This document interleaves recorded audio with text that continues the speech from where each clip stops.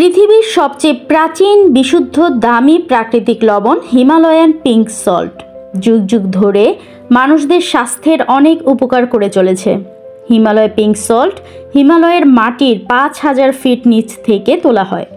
এটি 250 মিলিয়ন বছরেরও বেশি পুরনো। এটাকে প্রথমে পাথরের আকৃতিতে তোলা হয়, পরে এটিকে ছোট ছোট করে ভেঙে নিতে হয়। এটি দেখতে গোলাপি রঙের হয়, যা ছবিতে দেখতে পাচ্ছেন। এটিকে ক্রিস্টাল বা রক সল্টও বলা হয়। রিফাইন্ড করা লবণের তুলনায় এই লবণ আমাদের স্বাস্থ্যের জন্য অনেক বেশি উপকারী। সাধারণ লবণ বেশি মাত্রায় খেলে আমাদের কিডনিতে প্রভাব পড়ে, কিন্তু হিমালয়া পিঙ্ক সল্ট এমন একটি লবণ যা আমাদের কিডনির জন্য অনেক উপকারী। তাই যাদের কিডনির সমস্যা আছে তারা আজই সাধারণ লবণের বদলে এই হিমালয়া পিঙ্ক সল্ট বেছে নিন। এতে রয়েছে 84টি ট্রেস মিনারেল, যা স্বাস্থ্যের জন্য খুবই উপকারী। এটা আমাদের ব্লাড প্রেশারকে নর্মাল রাখে এবং আমাদের হার্টকে সুস্থ রাখে।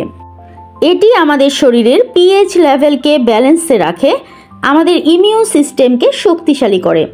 এটি আমাদের হেলদি ব্রেইন ডেভেলপ করে ও আমাদের হজম প্রক্রিয়াকে শক্তিশালী করে, মেটাবলিজমকে চাঙ্গা করে এবং শরীরের ওয়াটার রিটেনশন দূর করে।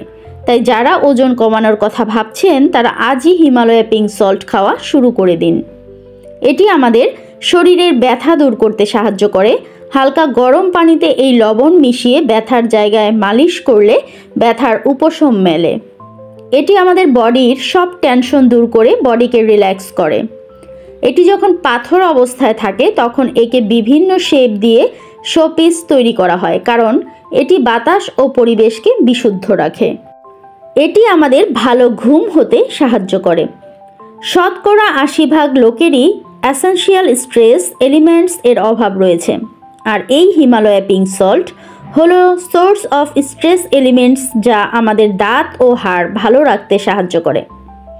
Himalaya pink salt acne pimple দূর করতেও সাহায্য করে। এটি শরীরের যে কোনো জায়গায় ব্যবহার করা যেতে পারে। এটিকে গুঁড়ো করে নিয়ে ফেস বা বডি স্ক্রাবার হিসেবে ব্যবহার করা যেতে পারে।